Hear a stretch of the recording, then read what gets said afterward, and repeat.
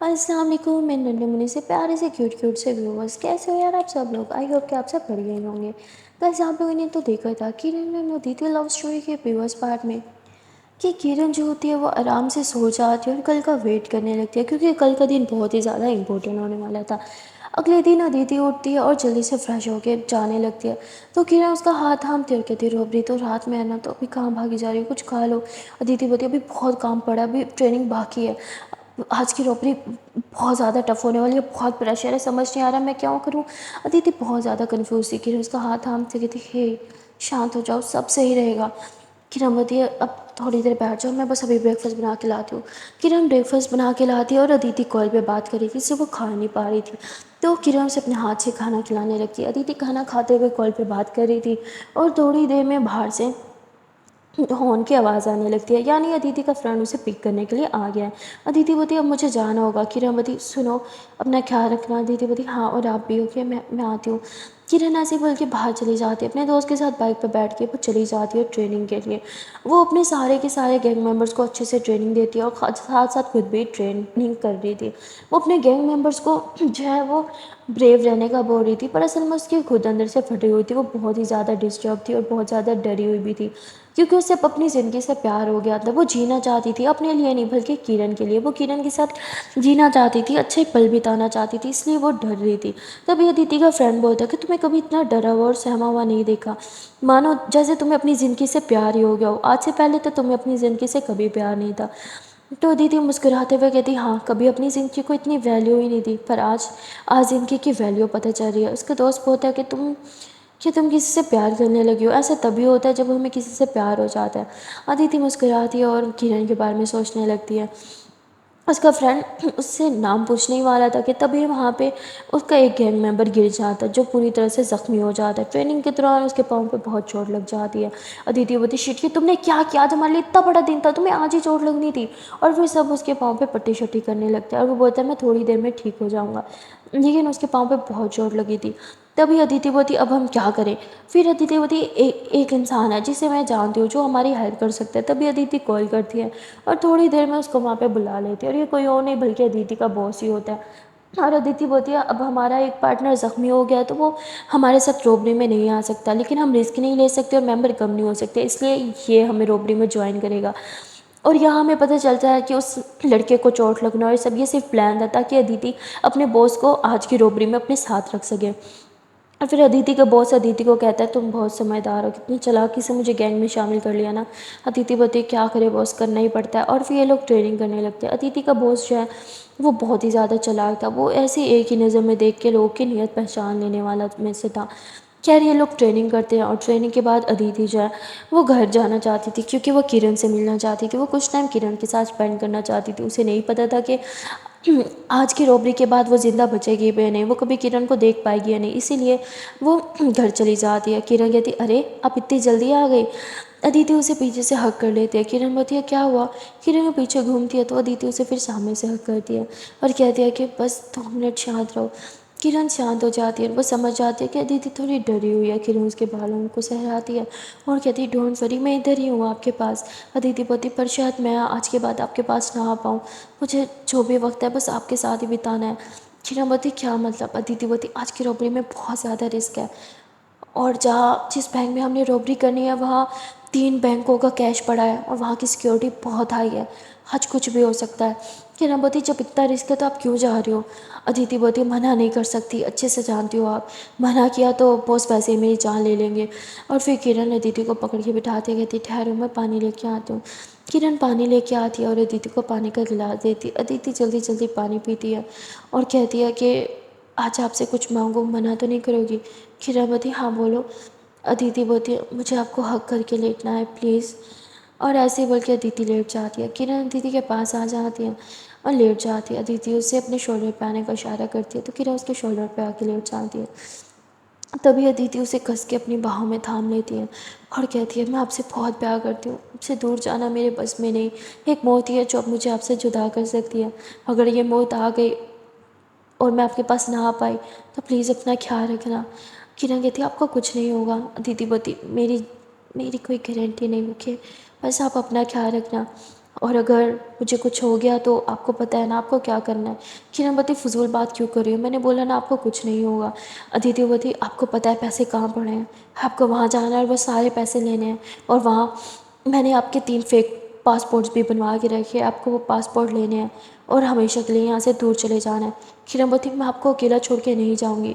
अदिति बोलती याद है मैं आपको कौन से एयरपोर्ट पे लेके गई थी, वहाँ पे प्राइवेट जेट है, आपको प्राइवेट जेट में बैठना और यहाँ से कहीं दूर उठ जाना है। ओके किरण बोलती ऐसे फजूल बातें क्यों कर रही हो, मैंने बोला ना आपको कुछ नहीं होगा। अदिति बोलती मुझे कुछ हो ना हो कोई फ़र्क नहीं पड़ता, बस आपको कुछ नहीं होना चाहिए। किरण देखते कि दीदी अभी भी उसी के बारे में सोच रही है, तो किरण की आंखें नम हो जाती हैं। किरण दीदी को बोलती है क्या आई, इतना बोल के चुप हो जाती है। दीदी बोलती क्या, किरण बोलती मैं मतलब आई ट्राई, मैं खुद का ख्याल रखूँगी, मैं कोशिश करूँगी खुद का ख्याल रखने के लिए। दीदी बोलती ख्याल रखने के लिए आपको कोशिश नहीं करनी, आपको ख्याल रखना है। ओके किरण बोलती ठीक है। और फिर ये दोनों साथ में बहुत अच्छा टाइम स्पेंड करते हैं। अदिति एक सेकंड के लिए भी किरण से दूर नहीं होती और देखते देखते रात हो जाती है। और अदिति बोलती है अब मुझे जाना होगा। थोड़ी देर में अदिति का फ्रेंड उसे पिक करने के लिए आ जाता है। अदिति चली जाती है और अदिति के जाने के फ़ौरन बाद किरण घर को लॉक करती है और वो भी वहाँ से निकल जाती है।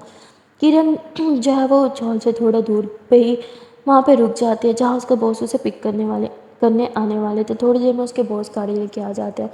किरण गाड़ी में बैठती है और बॉस से उसकी टीम के बारे में पूछती है। उसके बॉस कहते हैं कि डोंट वरी, मैंने टीम में सबको समझा दिया कि कोई भी अदिति पे फायर नहीं करेगा, सो रिलैक्स, तुम्हारी अदिति को कुछ नहीं होगा। वो उसके मुंह से तुम्हारी अदिति सुनना किरण को बहुत अच्छा लगता है और वो स्माइल करने लगती है। और फिर वो अदिति के बारे में सोचते हुए कहती है दीदी आपको कुछ भी नहीं होगा, मैं आपको कुछ होने ही नहीं दूंगी। और वहाँ दूसरी तरफ अदिति अपने गैंग मेंबर्स के साथ बैंक के बाहर पहुँच चुकी थी।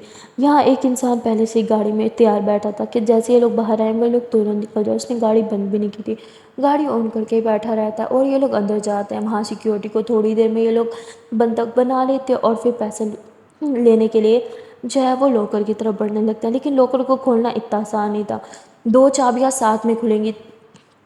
उस लॉकर को खोलने के लिए 2 चाबियाँ लगानी पड़ेंगी जो साथ में ही लगानी है, और वो 2 चाबियाँ लाना आसान नहीं था। लेकिन वो 2 चाबियाँ उसके बॉस ने कैसे अरेंज की थी ये अभी हमें नहीं पता था। वो उसके पास वो दोनों चाबी थी जो वो एक अदिति को देते हैं और एक को खुद रखता है, और वो दोनों साथ में जो है एक ही टाइम पे चाबी जो है वो अंदर लगाते हैं जिससे लॉकर तुरंत खुल जाता है। अदिति अंदर जाने लगती है, उसके बॉस कहते हैं पागल मत बनो रुको, और उसका बॉस जो है वो इधर उधर देखने लगता है। वहाँ पे ना छोटी छोटी सी लाइट्स लगी हुई थी लेज़र टाइप, यानी वहाँ पे लेज़र लगी हुई थी, कोई भी जाता तो एक ही सेकंड में धड़ से अलग हो जाता उसका। उसका बॉस जो है वो इधर उधर देखने लगता है। उसे पता था कि वहाँ पे एक स्विच है, लेकिन उसे एग्जैक्टली नहीं पता था वो स्विच कहाँ है। और यहाँ पे टाइम बहुत वेस्ट हो रहा था। इनके मुताबिक इन लोग के पास सिर्फ 10 मिनट है इस रॉबरी को अंजाम देने के लिए। अदिति बोलती बॉस टाइम जा रहा है। उसके बॉस कहते धीरज रखो थोड़ा, मुझे देखना होगा वो स्विच है का। उसका बॉस देखने लगता है और तभी उसे फाइनली वो स्विच दिख जाता है, लेकिन वो स्विच तक पहुँचना भी इतना आसान नहीं था।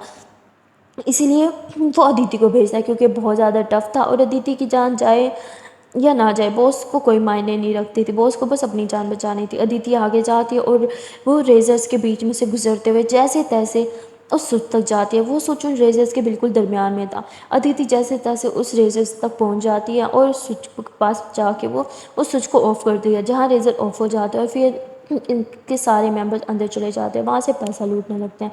वहाँ बहुत ज़्यादा पैसा था, एक एक बैंक का नहीं बल्कि 3 बैंक्स की पेमेंट वहाँ पे पड़ी थी। 3 बैंक का पैसा एक बैंक में क्या कर रहा था, ये बहुत बड़ा क्वेश्चन था जिसके बारे में अभी तक पुलिस वालों को भी पता नहीं चला था। किरण ये बात अपने सीनियर से पूछ दिया, कहते क्या आपको पता लगा कि 3 बैंक का पैसा एक बैंक में क्या कर रहा है। उसके बॉस कहते हैं नहीं, बहुत कोशिश की पर अभी तक पता नहीं लगा। किरण बताती है जब ये बात हम पुलिस वालों के लिए जानना इतना मुश्किल है तो उस रोबर के लिए जानना इतना आसान कैसे हो सकता है। उसके बॉस कहते हैं ईजी है, हमारे सीनियर के लिए जानना बहुत ईजी है, हमारे सीनियर उसके साथ मिले हुए हैं तो खुद समझ जाओ उस तक ये बात कैसे पहुंची। किरण बताती हाँ ये तो मैंने सोचा ही नहीं। और ये लोग बस रॉबर्स का बाहर निकलने का वेट कर रहे थे, और जैसे ही वो लोग रॉबरी को अंजाम दे देते हैं सारा पैसा इकट्ठा हो जाता है। तभी एक मेंबर बाहर निकलता है और यहाँ पुलिस के स्नाइपर जो हैं वो पहले से तैयार बैठे थे। हर एक बिल्डिंग के ऊपर एक स्नाइपर था और इनकी गाड़ी के पास भी जो है वो एक स्नाइपर था। और स्नाइपर्स के साथ साथ बाकी पुलिस वाले भी बिल्कुल तैयार थे इन्हें रोकने के लिए। थोड़ी देर में सारे कि सारे जो हैं वो रोबर्स बाहर निकल आते हैं, और जैसे ही बाहर आते हैं पुलिस वाले फायरिंग करने लग जाते हैं। किरण चिल्लाते हैं कि आप क्या करें, अगर कोई फायर दीदी को लग जाएगा तो। बॉस कहता है रिलैक्स, दीदी को कोई फायर नहीं लगेगा। तभी जो है फायरिंग स्टार्ट हो जाती है और वहाँ से रॉबर्स ने भी फायरिंग करना स्टार्ट कर दी थी। यहाँ हंगामा हो जाता है और इन्हें लगा था जितना इजी इन्हें रोकने लगा था उतना इजी था नहीं, क्योंकि रॉबर्ट्स भी पूरी तरह से तैयार थे। उनके हाथों में बड़े बड़े पिस्टल्स थे जो धड़ाधड़ पुलिस वालों की तरफ फायरिंग कर रही थी, जहाँ बहुत से पुलिस वाले जख्मी हो जाते हैं। किरण बोलती ये सब क्या हो रहा है? बॉस कहते हैं मुझे नहीं पता, शायद ये लोग पहले इसके लिए तैयार थे, तुमने हमें पहले क्यों नहीं बताया? किरण बोलती मुझे नहीं पता था कि उनके पास इतने सारे हथियार होंगे।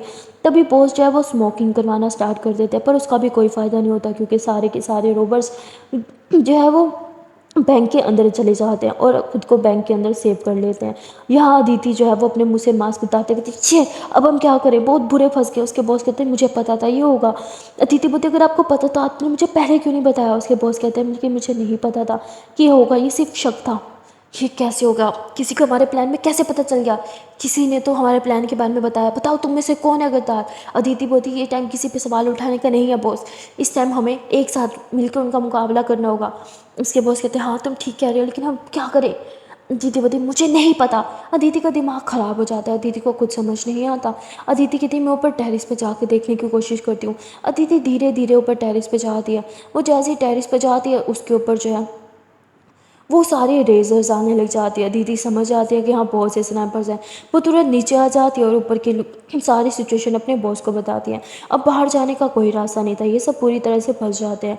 अदिति बोती हमें सरेंडर करना होगा। बॉस कहते तुम पागल हो? नहीं हम सरेंडर नहीं करेंगे। अदिति बोती कोई भी नहीं जानता, आप बॉस हो, आप बस छोटे मोटे कोई मुजरिम बन जाना, डोंट वरी, सबकी नज़र में लीडर तो मैं ही हूँ ना। बॉस कहते तुम पागल हो? नहीं मैं किसी की नज़र में नहीं आना चाहता। अदिति का बॉस अदिति की कोई भी बात सुनने को तैयार नहीं था। वहाँ अदिति किरण के बारे में सोचती है और कहती है कि लगता है मैं तुम्हें कभी कभी नहीं देख पाऊँगी। यहाँ किरण कहती बॉस अब क्या हो रहा है, वो सब बाहर क्यों नहीं आ रहे? उसके बॉस कहते हैं मुझे क्या पता, मुझे लगता है वो लोग पहले से ही तैयारी करके आए हैं, अब हम क्या करें, हमें और फोर्स बुलानी पड़ेगी। वहाँ पे एम्बुलेंस आ जाती हैं जो ज़ख्मी पुलिस वालों को हॉस्पिटल लेके जाते हैं। यहाँ पूरी की पूरी फोर्स आ जाती है और यहाँ पे किरण के बॉस का बॉस भी आ जाता है जो उस गैंगस्टर के साथ मिला हुआ था। अब वो नहीं चाहता था कि जो भी रोबर्स अंदर है उनमें से कोई भी ज़िंदा बाहर निकले, अगर कोई भी बाहर निकला तो वो फंस जाएगा। इसीलिए वो वहाँ पे जो है वो कहता है कि ब्लास्ट कर दो। ये सुन के किरण बोलती क्या बॉस ये क्या कह रहे हैं? उसके बॉस कहते हैं ये तो यही चाहेगा ना कि कोई भी रोबोट बाहर जिंदा नहीं निकले, ताकि इसकी सच्चाई पूरी दुनिया के सामने ना आए। किरण बोलती बॉस आपने प्रॉमिस किया था अदिति को कुछ नहीं होगा। उसके बॉस कहते तुम शांत बैठो, मैं बात करता हूँ, मैं किसी को कुछ नहीं होने दूंगा। अदिति का बॉस जो है वो अंदर से बहुत परेशान था, वो क्या करे, उसे पता था एक इंसान है जो हेल्प कर सकता है, जो उसके साथ मिला हुआ था, जिसने इसकी टिप दी थी, इसलिए वो कॉल लगाने की ट्राई करता है। लेकिन यहाँ किरण के बॉस का बॉस जानबूझ के उसकी कॉल नहीं उठाता और इनफैक्ट अपना मोबाइल ही ऑफ कर देता है, जिससे अदिति का बॉस बस समझ आता है कि वो इनसे मुंह फेर चुके हैं, यानी वो इनकी हेल्प नहीं करेगा, अब इन्हें ही अपनी हेल्प करनी पड़ेगी। ये लोग सिर्फ 8 लोग थे और बाहर पुलिस वालों की गाड़ियाँ भरी पड़ी थी। अब ये लोग कहाँ जाए, कैसे बचे? बहुत ही मुश्किल था यहाँ से ज़िंदा बाहर निकलना। अदिति बार बार बोल रही थी बॉस सरेंडर कर देते हैं, क्योंकि सारे गैंग मेंबर बुरी तरह से डर चुके थे और सारे सरेंडर करने को तैयार थे। एक मेंबर तो बाहर जाने लगता है, तभी अदिति का जो बॉस होता है वो गन निकाल लेता है और कहता है अगर किसी ने बाहर कदम रखा तो मैं मार दूंगा। तभी दूसरा गैंग मेंबर बोलता है कि तुम तो आज ही हमारे गैंग में शामिल हो, आते साथ तुमने हमारे पार्टनर पे बंदूक उतार दी, मैं तुम्हें जान से मार दूंगा। तभी अदिति बोलती तुम सब पागल हो गए हो क्या, एक दूसरे से झगड़ना बंद करो, भूलो मत तुम सबकी लीडर मैं हूँ। अदिति जो है वो यहाँ पे सबको शांत कराती है, लेकिन अभी भी सवाल ये था कि जिंदा बाहर निकले तो निकले कैसे। वहाँ दूसरी तरफ किरण की जान हथेली पे आई हुई थी, वो भी बहुत परेशान थी। वो नहीं चाहती थी कि अदिति या अदिति के फ्रेंड में कि किसी को भी कुछ हो, वो जिंदा बाहर निकले, यही उसका प्लान था। लेकिन यहाँ तो सब उल्टा पड़ रहा था। वहाँ किरण का बॉस परेशान होकर किरण के पास आके बैठ जाता है। किरण बोलती क्या हुआ? किरण कहते कि बॉस नहीं माने। वो मानेंगे भी कैसे, उनकी जान हथेली पे जो आई हुई है वो नहीं मानेंगे। वो किसी भी तरह इन सबको मारने का ऑर्डर दे देंगे। उन्होंने पूरी पूरी 2 टीम लगा दी हैं, थोड़ी देर में टीम यहाँ पे आती होगी जो हथियारों के साथ अंदर जाएगी और उसने शूट एंड साइड का ऑर्डर दे दिया। चिन्हपति what, no no no no boss आपने प्रॉमिस किया था ऐसा नहीं होगा। तो बोलते अब मैं क्या करूँ, मेरे पास और कोई ऑप्शन नहीं है। किरणमती ठीक है एक काम करो, उस टीम में मुझे भी शामिल करो। उसके बॉस कहते नो वे, तुम लीगली टीम में नहीं हो, तुम ऑफिसर भी नहीं बनी अभी। चिनावती बॉस प्लीज़, मैंने आपके लिए अंडर कवर बहुत काम किया, अब आपकी बारी है। तो उसके बॉस मान पाते हैं, कहते हैं ठीक है। वो किरण को जो है वो टीम जैसा ड्रेस देते हैं, यानी पुलिस वाले को ड्रेस देते हैं और फुल कवर कर देते हैं, फुल सिक्योरिटी होती है ताकि अगर किरण को एक दो गोली लग भी जाए तो वो मरे नहीं। बुलेट प्रूफ जैकेट्स वगैरह सब कुछ उसने पहन रखा होता है, उसके हाथ में बड़ी सी गन भी होती है और एक छोटी गन भी होती है। किरण टीम के साथ अंदर चली जाती है उन लोग को ढूंढने के लिए। अब ये लोग समझ जाते हैं कि पुलिस अंदर आ रही है क्योंकि फायरिंग हो रही थी। ये लोग सारी लाइट्स ऑफ कर देते हैं और पुलिस वालों को भी पता था लाइट्स ऑफ होंगी। इनफैक्ट उन्होंने ये सोच रखा था, उनके पास गूगल्स है जहाँ अंधेरे में भी दिख सकता है और वो गूगल्स किरण के पास भी थे। किरण अंदर जाके सिर्फ और सिर्फ अदिति को ढूंढ रही थी और पुलिस वाले अंदर जाके जो है जो भी गैंगस्टर उनके हाथ लगे था बस उन्हें गोली मार देते। हर तरफ से फायरिंग बराबर हो रही थी। बाहर किरण का बॉस भी बहुत परेशान था कि कहीं किरण को कुछ ना हो जाए, क्योंकि अगर किरण की जान गई तो उसकी जिम्मेदारी सिर्फ और सिर्फ उसका बॉस ही होंगे और वो किरण को मरते हुए नहीं देख सकते थे। क्योंकि किरण बहुत अच्छी थी अपने काम में, इसलिए वो प्रे करने लगते कि प्लीज़ भगवान किरण को जिंदा बाहर भेज देना। और वहाँ अंदर पुलिस वालों से फाइट लेते हुए अदिति गैंग के बहुत से मेंबर पूरी तरह से ज़ख्मी हो जाते हैं। और अब अदिति को बहुत गुस्सा आ रहा था क्योंकि वो नहीं जानती थी कि उसको कोई भी गैंग मेंबर मारा जाए। इसलिए अदिति वो अपनी गन निकालती है और वो भी पुलिस वालों की तरफ फायर करने लगती है, जिससे एक पुलिस वाला पूरी तरह से ज़ख्मी हो जाता है और किरण उसकी हेल्प करने में उसे बाहर निकाल के ले आती है। किरण जब उसे बाहर निकाल के ज़िंदा ले आती है तो वो खुद अंदर जाने लगती है। किरण का बॉस उसे रोकने की कोशिश करता है पर किरण कहती नहीं, अदिति के बगैर मैं बाहर नहीं आऊँगी। किरण फिर से अदिति को ढूंढने के लिए अंदर चली जाती है। वहाँ अदिति के सामने उसके बेस्ट फ्रेंड को गोली लग जाती है, जो देख के अदिति बहुत गुस्से में फायरिंग करने लगती है और किरण का जो सामने वाला पुलिस वाला खड़ा था वो उस फायरिंग से बहुत बुरी तरह से ज़ख्मी हो जाता है। किरण उसे पीछे की तरफ घसीटती है और खुद आगे जाने लगती है। किरण जो है वो अदिति के सामने गन रख देती है, लेकिन जैसे ही वो अदिति को देखती है और उसे पता चलता है कि अदिति है, किरण तुरंत अपनी गन नीचे कर लेती है। लेकिन अदिति वो अभी भी उसकी तरफ गन तान के खड़ी थी। अदिति जो है वो फायर करने ही वाली थी कि तभी किरण अपना मास्क उतार देती है। अदिति उसे देखती है तो एकदम से सदमे में आ जाती है और यूँ पीछे दीवार के साथ लग जाती है। कहती किरण तो तुम यहाँ। किरण बोलती अदिति मेरी बात सुनो। अदिति बोलती तो तुम थी वो जिसने जिसने टिप दी थी पुलिस वालों को। किरण बोलती मेरी बात सुनो अदिति, मेरी बात सुनो, मैं तुम्हें यहाँ से निकालने के लिए आई हूँ। प्लीज़ तुम एक काम करो, तो तुम ये पुलिस वाला ड्रेस पहनो, मैं तुम्हें यहाँ से ज़िंदा बाहर लेके जाऊँगी, प्लीज़ मेरे साथ चलो। अदिति बोलती नहीं नहीं नहीं नहीं नहीं, तुम ऐसे नहीं कर सकती, तुम मुझे धोखा नहीं दे सकती किरण। मैं तो तुमसे प्यार। किरण बोलती प्लीज़ अदिति प्लीज़, अभी इन सब का टाइम नहीं है, प्लीज़ यहाँ से चलो। अदिति बोलती नहीं, तुमने मुझे धोखा, तुम ऐसे कैसे कर सकती हो मेरे साथ। ये दोनों आपस में बात कर ही रहे थे कि तभी पीछे से अदिति का बॉस आ जाता है। वो देख लेता है कि अदिति के बिल्कुल सामने एक पुलिस वाला है। उसे इतने अंधेरे में ये तो नहीं दिखता जेंडर कौन है क्या है, बस उसे ड्रेस दिखता है पुलिस वाला।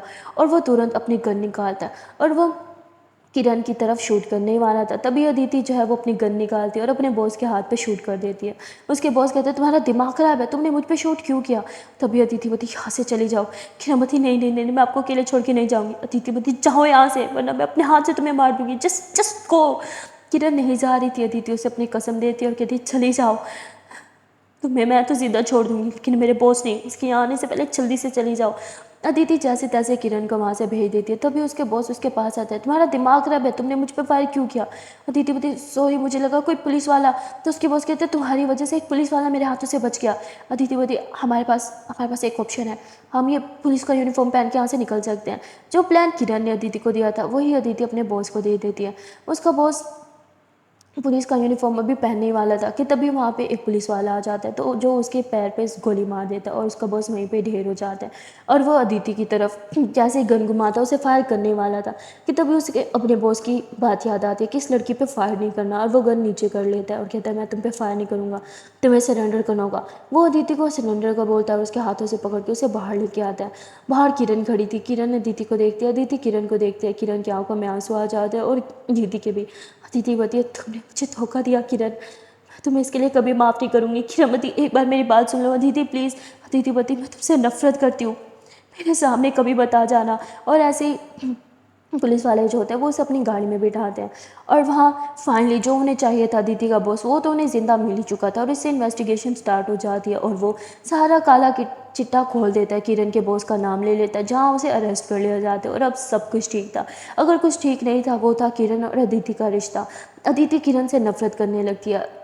और जब अदिति को कोर्ट में पेश करने के लिए लेके जाया जा रहा होता है तो अदिति वहाँ से भागने की कोशिश करती है, जिसमें वो सक्सेसफुल भी हो जाती है। वो गाड़ी से बाहर भाग जाती है, लेकिन तभी एक पुलिस वाला जो है वो उसे गोली मार देता है, और जिससे अदिति कि वहीं पे मौत हो जाती है। और वहाँ किरण कोर्ट में अदिति का वेट करती रहती है। किरण ने सोच रखा था कि वो अदिति के खिलाफ गवाही नहीं देगी, बल्कि वो उसकी अच्छाई में बोलेगी, जिससे अदिति की सज़ा कम हो जाएगी। लेकिन तभी वहाँ पे कोर्ट में न्यूज़ आती है कि अदिति ने भागने की कोशिश की और वो मारी गई। ये सुनते ही किरण ज़ोरों से रोने लगती है कि नहीं, ऐसा नहीं हो सकता, नहीं नहीं नहीं नहीं, ये नहीं हो सकता, अदिति मर नहीं सकती। किरण पूरी तरह से टूट जाती है और वो वहीं पे बेहोश हो जाती है, जहाँ उसे हॉस्पिटल लेके जाया जाता है। और जब उसकी आँख खुलती है तो उसके सामने उसकी माँ और उसकी बहनें खड़ी थी। वो रोने लगती है कि तुमने ऐसा क्यों किया, तुमने हमसे झूठ बोल के मिशन पे क्यों गए, अगर तुम्हें कुछ हो जाता तो। उसकी माँ उससे बहुत कंप्लेन करती है कि हमारा क्या होता तुम्हारे बाप के अलावा, और कौन था हमारे पास, वो भी हमें छोड़ के चले गए, और अब सिर्फ तुम थी और तुम भी हमें छोड़ के जाने वाली थी। वो बहुत रोती है। किरण किसी से कोई बात नहीं करती, उससे माँ उससे बहुत प्यार करती है, पर किरण फिर भी चुप रहती है। एक दिन के बाद किरण को डिस्चार्ज मिल जाता है। किरण घर आ जाती है और उसके बॉस कहते हैं कि अदिति का अंतिम संस्कार कर दिया गया है, जिससे किरण गुस्से से अपने बॉस को देखती है, उनका कॉलर पकड़ लेती है कि आपने मुझसे प्रॉमिस किया था, आपने मुझसे प्रॉमिस किया था कि अदिति को कुछ नहीं होगा, तो वो कैसे मर गई, आपने ऐसा क्यों किया, आपने प्रॉमिस किया था मुझसे, आपने प्रॉमिस किया था मेरी दीदी को कुछ नहीं होने दोगे, आपने मारा है उसे, आपने मारा है उसे, मैं आपको नहीं छोड़ूंगी। और किरण ऐसे बॉस को मारते हुए उधर ही बेहोश हो जाती है। अदिति की मौत की खबर जब से उसने सुनी थी वो स्टेबल ही नहीं हो पा रही थी। किरण ना खुश रह पा रही थी, ना कुछ खा पी रही थी। ऐसे ही देखते देखते पूरा 1 महीना गुजर गया, पर किरण स्टेबल नहीं हो पाती। तभी किरण के अंकल उससे मिलने के लिए आते और कहते हैं तुम्हारा सपना सच होने वाला है, मैंने फॉर्म भर दिया और कल तुम्हारा टेस्ट है, तुम्हें ये टेस्ट क्लियर करना ही होगा, और इंटरव्यू तो मैं तुम्हारा क्लियर करवा ही दूंगा। किरण बोलती मुझे टेस्ट नहीं देना। उसका बॉस कहते हैं तुम्हारा सपना था। और किरण अपने बॉस की तरफ देखती है कि मैंने आपको बोला था आप क्या नहीं आओगे, आप क्यों आए मेरे सामने, और वो अपने बॉस को मारने लगती है। तभी उसके बॉस कहते हैं कि चलो मुझे तुम्हें कुछ सिखाना है, और वो किरण को अपने साथ लेके जाते हैं और कहते हैं कि देखो अपने फूफा जी को देखो कैसे सोए हुए हैं यहाँ पे, इस विश्वास थे कि तुम उन्हें इंसाफ दिलाओगी, तुम उनके ऊपर लगे हुए सारे इल्ज़ाम हटाओगी, लेकिन तुम तो बस एक गैंगस्टर की मौत का मातम मनाने से तुम्हें फुर्सत नहीं हो रही। किरण बोलती वो कोई गैंगस्टर नहीं थी, ओके वो बहुत अच्छी थी। उसके बॉस कहते हैं तुम उसके पीछे इतना क्यों रो रही हो, क्या रिश्ता था तुम्हारा उससे। हाँ, किरण बोलती प्यार करती थी मैं उससे, आई लव हर, मैं आज भी प्यार करती हूँ उससे, पर आपने उसे मुझसे छीन लिया, मैं इसके लिए आपको कभी माफ़ नहीं करूँगी, मैं इसके लिए आपको कभी माफ़ नहीं करूँगी, कभी भी नहीं। और ऐसे ही बहुत ज़ोर ज़ोर से रोने लगती है। उसके बॉस उसे बोलते हैं कि तुम्हें खुद को संभालना होगा, तुम इतनी वीक नहीं पड़ सकती, तुम्हें अपनी माँ और बहनों की जिम्मेदारी उठानी होगी, हम कब तक उनका खर्चा उठाते रहेंगे, अब बस, अब गवर्नमेंट खाते से उनका खर्चा नहीं उठाया जाएगा, अब तुम्हें उनके लिए कुछ करना होगा, समझी। और वो वहाँ से चले जाते हैं। किरण घर आ जाती है और वो देखते हैं कि घर में सारा राशन ख़त्म हो जाता है और कुछ भी नहीं था, एक पैसा भी नहीं था। किरण को वो पैसों का पता था, वो पैसे कहाँ हैं, पर किरण वो पैसे यूज़ नहीं करना चाहती थी। किरण जो है वो कल के टेस्ट की तैयारी करने लगती है, और ये देख के उसकी माँ बहुत ज़्यादा खुश हो जाती है। किरण अब आईपीएस ऑफिसर नहीं बनना चाहती थी, लेकिन अब अपने माँ और बहनों का पेट पालने के लिए उसके पास कोई और ऑप्शन नहीं था। इसीलिए वो सुबह टेस्ट देने के लिए जाती है, और टेस्ट देने के कुछ दिन बाद ही इंटरव्यू था, और इंटरव्यू भी किरण फाइनली जो है वो पास कर लेती है, और कुछ ही दिनों में वो एक आईपीएस ऑफिसर बन जाती है। उसका सपना आज पूरा हो गया था, लेकिन फिर भी वो खुश नहीं थी। जब वो घर आती है उसकी माँ उसकी आरती करती है, पर किरण वो कुछ बोले बगैर अपने रूम में चली जाती है। देखते ही देखते ऐसे पूरे 6 महीने बीत चुके थे, पर किरण इन 6 महीनों में एक पल के लिए भी खुश नहीं हुई थी। एक पल ऐसा नहीं था जब उसके चेहरे पे स्माइल आई हो, और इसीलिए उसकी माँ बहुत ज़्यादा चिंतित थी कि किरण को क्या हो गया। जो बच्ची हमेशा हंसती खेलती रहती थी, उसके फेस पे अब कभी स्माइल ही नहीं आती। ऐसा क्यों हो रहा है भगवान, प्लीज़ मेरी बेटी की खुशियाँ उसे लौटा दो। लेकिन वो क्या ही जाने कि उसकी बेटी की खुशियाँ तो सिर्फ शायद हमेशा हमेशा के लिए मुँह फेर चुकी हैं। यहाँ किरण रोज़ अपने ऑफिस जाती है अपने काम के लिए, अपनी बहनों और माँ की सारी जिम्मेदारी भी उठाती, अपना काम भी करती, लेकिन वो खुश नहीं थी। वो अपना सारी जिम्मेदारियाँ चुपचाप निभा रही थी, पर फिर भी वो खुश नहीं थी। जो वो चाहती थी उसका बचपन का सपना पूरा होने के बावजूद भी वो खुश नहीं थी, और ये देख के उसकी माँ तड़पती रहती। आखिरकार कौन सी माँ अपनी बेटी को इस हालत में देख सकती। किरण जिंदा तो थी, पर जिंदा एक लाश थी। उसके अंदर मानो जैसे सारी फीलिंग्स मर सी गई हो। किरण की माँ सोचती है कि अगर मैं उसका कहीं रिश्ता करवा दूँ, शादी करवा दूँ, तो शायद किरण सुधर जाए, शायद उसके हाव भाव में चेंज आ जाए, वो फिर से खुश रहना स्टार्ट कर दे। इसीलिए किरण की माँ घर पे एक को बुलाती है, जो किरण के लिए एक अच्छा सा रिश्ता देखती है और कुछ ही दिनों में किरण और उस लड़के की मीटिंग फिक्स करा देती है। किरण उससे मिलने के लिए चाहती है क्योंकि उसकी माँ ने बोला था कि वो बहुत ज़्यादा परेशान है और तुम्हें उसकी हेल्प करनी होगी क्योंकि वो मेरे एक दोस्त का बेटा है। किरण वहाँ जाती है, पर जैसे उसे पता चलता है कि वो किरण के रिश्ते के लिए आए हैं, किरण को देखने के लिए आए हैं, तो किरण उठ के जाने लगती है। वो बोलता है कि क्या हुआ, क्या तुम्हें मैं पसंद नहीं आया? किरण बोलती नहीं, मुझे तुम कभी पसंद नहीं आओगे, तुम तो क्या मुझे कोई भी पसंद नहीं आएगा।